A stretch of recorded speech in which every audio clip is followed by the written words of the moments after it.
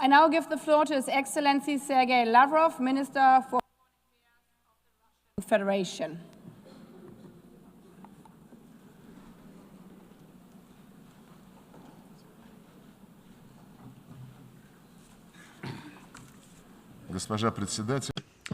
Madam President, ladies and gentlemen, 80 years ago, the most terrible war in human history came to an end. More than 70 million people fell victim to the fighting, famine, and disease. In 1945, the course of world history changed forever. The triumph over German Nazism, under whose banner most of Europe had rallied, and Japanese militarism paved the way for peace, recovery, and prosperity. This year, Moscow and Beijing held celebrations devoted to the 9th of May and 3rd of September holidays to mark the victory in the Great Patriotic War and World War II. The world witnessed grand military parades commemorating the decisive contribution of the peoples of the Soviet Union to the defeat of Nazi Germany and the particular role of the people of China in defeating militaristic Japan. We sacredly honor the memory of our brotherhood in arms with all of our allies who stood on the side of truth in the fight against the forces of evil. One of the enduring outcomes of that war was the creation of the United Nations. The principles of its charter agreed upon by the founding fathers of our organization continue to serve as a shining beacon of international cooperation. They embody centuries of experience of the coexistence of states and remain fully relevant in the age of multipolarity.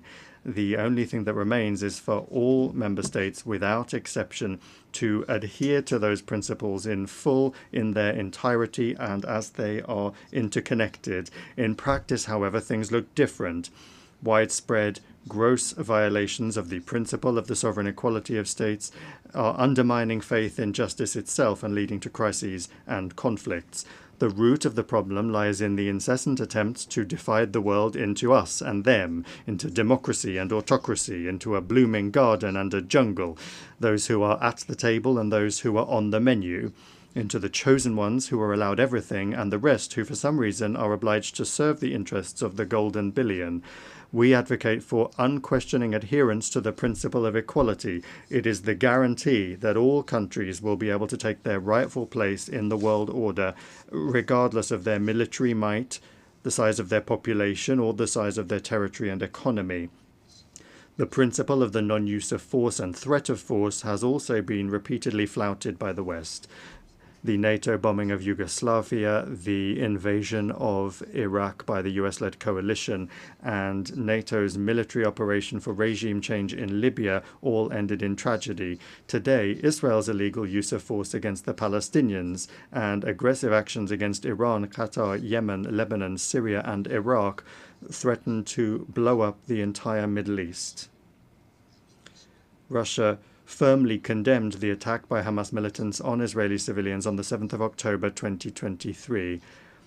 However, there is no justification for the brutal killings of the civilian population of Palestine or for terrorist attacks. There is also no justification for the collective punishment of Palestinians in the Gaza Strip, where Palestinian children are dying from bombing and starvation. Hospitals and schools are being destroyed, and hundreds of thousands of people are being left without shelter. There is no justification for plans to annex the West Bank. We are essentially dealing with an attempt at a kind of coup d'etat aimed at burying UN decisions on the creation of a Palestinian state. Recently, a number of Western governments announced their recognition of the state of Palestine. Moreover, they announced their intention to do so several months ago. The question then arises, why did they wait so long? It seems that they had hoped that soon, by the time the General Assembly session was convened, there would be nothing and no one left to recognize. The situation requires urgent action to prevent such a scenario, which was strongly advocated by the participants at the high-level international conference on Palestine. The strikes on Iranian facilities under IAEA safeguards deserve condemnation, as do the strikes on the capital of Qatar at a time when negotiations with Hamas were being held there with the participation of American mediators, among others. Yesterday, in the Security Council, the West rejected a rational proposal by China and Russia to extend the 2015 agreement on Iran's nuclear program in order to allow time for diplomacy. This has finally exposed the West's policy of sabotaging the pursuit of constructive solutions in the UN Security Council and its desire to extract unilateral concessions from Tehran through blackmail and pressure. We consider such a policy to be unacceptable and consider all manipulations to restore anti-Iranian UN sanctions as well as the sanctions themselves to be illegal. The West is not accustomed to observing the principle of non-interference in internal affairs. The color revolutions have become a sad phenomenon of our time, and illegal unilateral sanctions have long since become the main tool of Western diplomacy. No matter what excuses are used to justify them, the essence of such sanctions is the same: to suppress and intimidate competitors in the global economy and politics. Russia, together with an absolute majority of UN members, calls for the immediate lifting without prior conditions of the trade blockade against Cuba, which has been in place for more than 60 years, and for it to be removed from the notorious list of state sponsors of terrorism. We express our solidarity with the people of Venezuela in the face of external sanctions pressure and threats. We advocate for Latin America and the Caribbean to remain a zone of peace and cooperation. A flagrant example of the undermining of sovereignty and gross interference in internal affairs is the actions of the West in the Balkans, where such a fundamental principle as the need for all UN members to comply with Security Council decisions is being violated. The unilateral recognition of Kosovo's independence, contrary to Resolution 1244, was essentially an attack on Serbia's state structure. Now the West has set a course for the collapse of the statehood of Bosnia and Herzegovina by sabotaging the Dayton peace agreement. In both Kosovo and Bosnia, an attack has been launched on the vital interests of the Serbian people, including the ancestral rights of Serbian Orthodoxy. Similarly, the Kiev regime, which seized power as a result of an anti-constitutional coup organized by the West in 2014, has set a course for the elimination of the canonical Ukrainian Orthodox Church and the legislative eradication of the Russian language in all spheres, in education, culture, and the media. Ukraine is the only country in the world that has legislatively banned the use of the native language of almost half of its population. Arabic is not banned in Israel, and Hebrew is not banned in Arab countries and Iran, but Russian is banned in Ukraine. Let me remind you that Article 1 of the UN Charter states the need for respect for human rights and fundamental freedoms for all, without distinction as to race, sex, language, or religion. Europe remains silent on this issue, obsessed as it is with the utopian goal of inflicting a strategic defeat on Russia. To this end, the Ukrainian regime is permitted to do anything, including terrorist attacks against politicians and journalists, torture, extrajudicial executions, indiscriminate bombings of civilian targets, and reckless sabotage of nuclear power plants. As President Vladimir Putin has repeatedly emphasized, Russia has been and remains open to negotiations on eliminating the root causes of the conflict. Russia's security and its vital interests must be reliably guaranteed.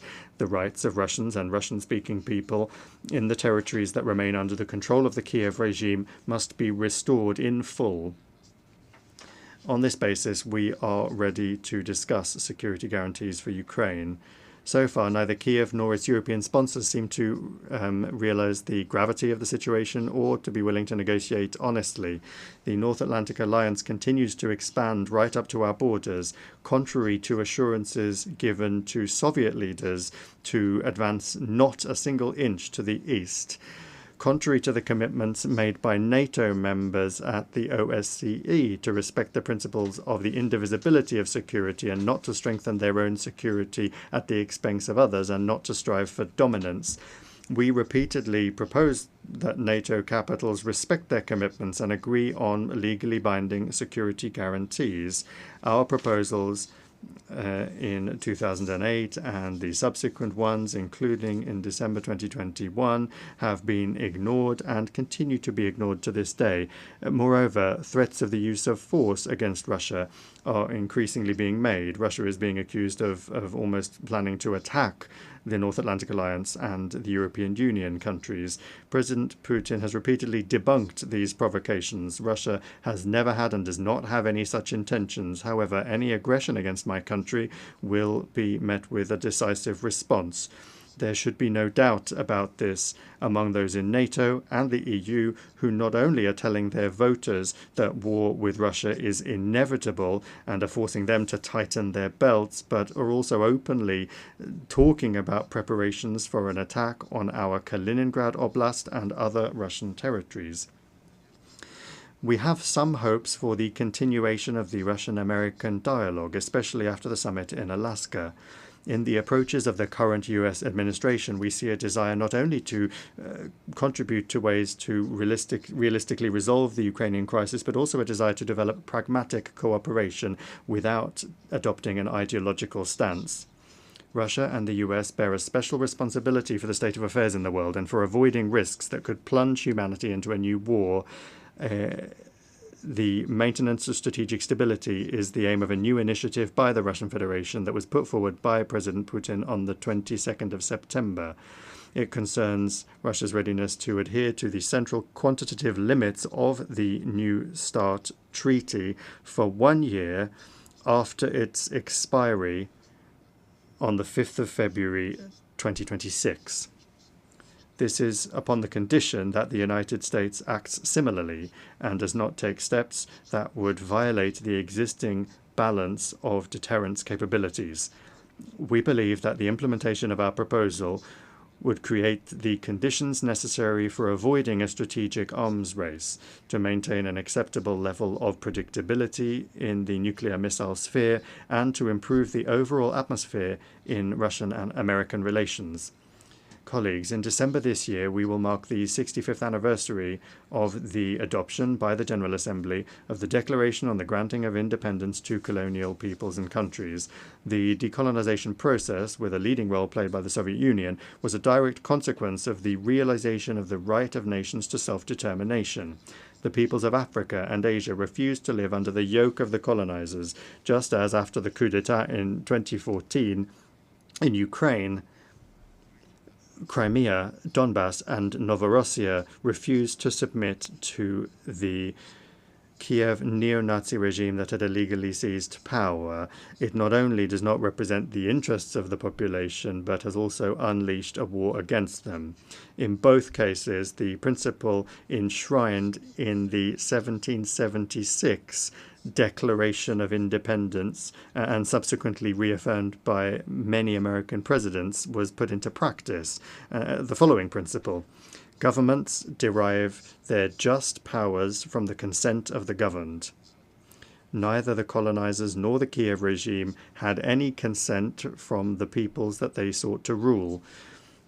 This principle was also unanimously reaffirmed in the UN 1970 Declaration, which states explicitly that all must respect the territorial integrity of those countries whose governments represent the entire population living on the territory concerned.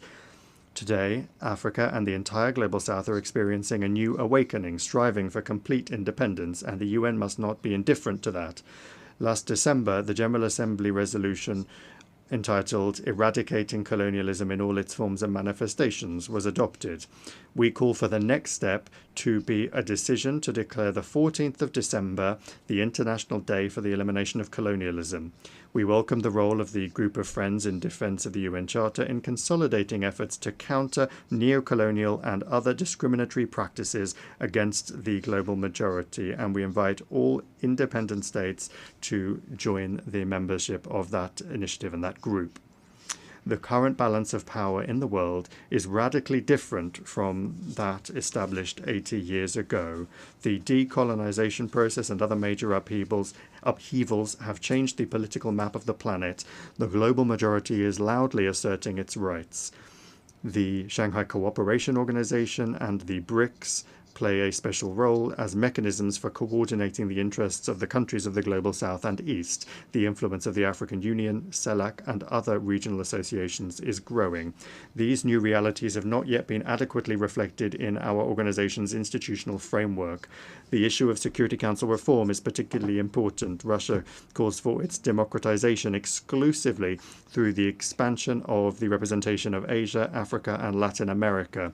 We support the application of Brazil and India for permanent seats on the Council, while at the same time correcting the historical injustice towards Africa within the parameters that have been agreed by the countries of the continent themselves.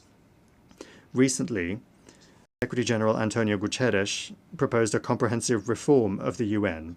We are not opposed to an open discussion of this initiative. The guiding principle should be the UN's return to the fundamental principles enshrined in its charter, which the West for many years has been seeking to replace with its rules-based order.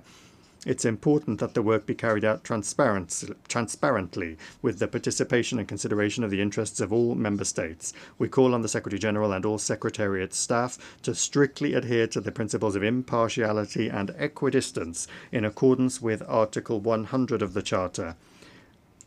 Attempts at a palace coup in the Secretariat, its privatization by a small group of countries, must not be allowed. The composition of the Secretariat should reflect the new realities and ensure the fair representation of the countries of the global majority.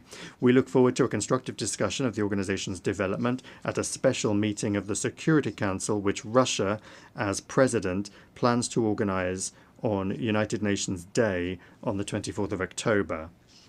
UN reform is only a part of the complex task of transforming the entire system of global governance, including the genuine democratization of the IMF, the World Bank, and the WTO, commensurate with the weight and role of the Global South and East in the world economy, trade, and finance.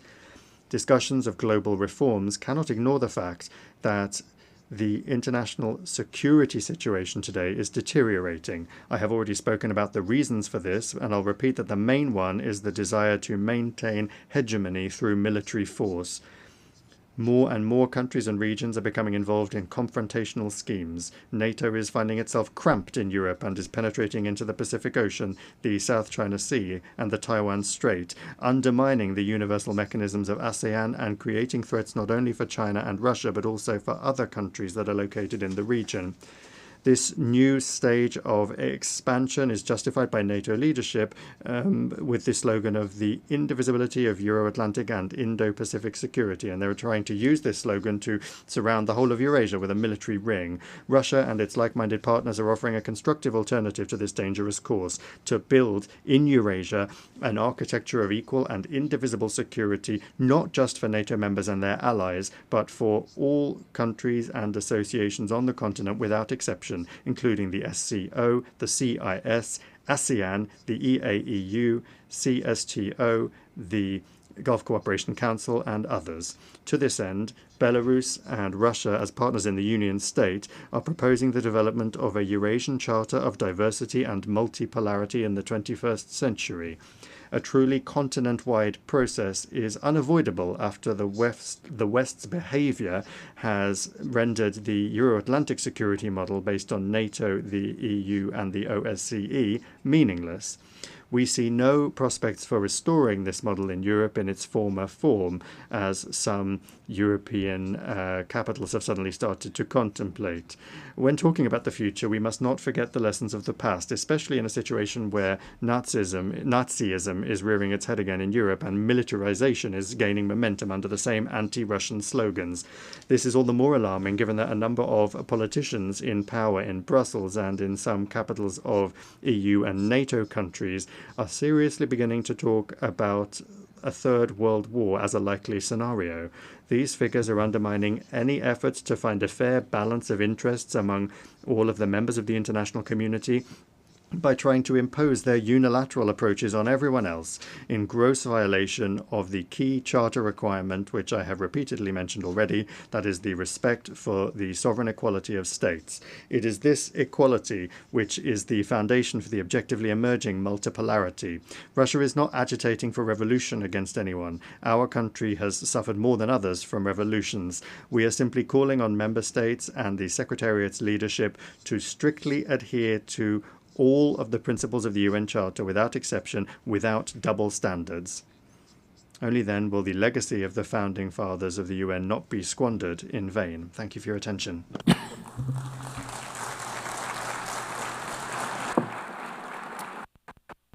On behalf of the Assembly, I thank the Minister for Foreign Affairs of the Russian Federation. I now give the floor to His Excellency Bruno Eduardo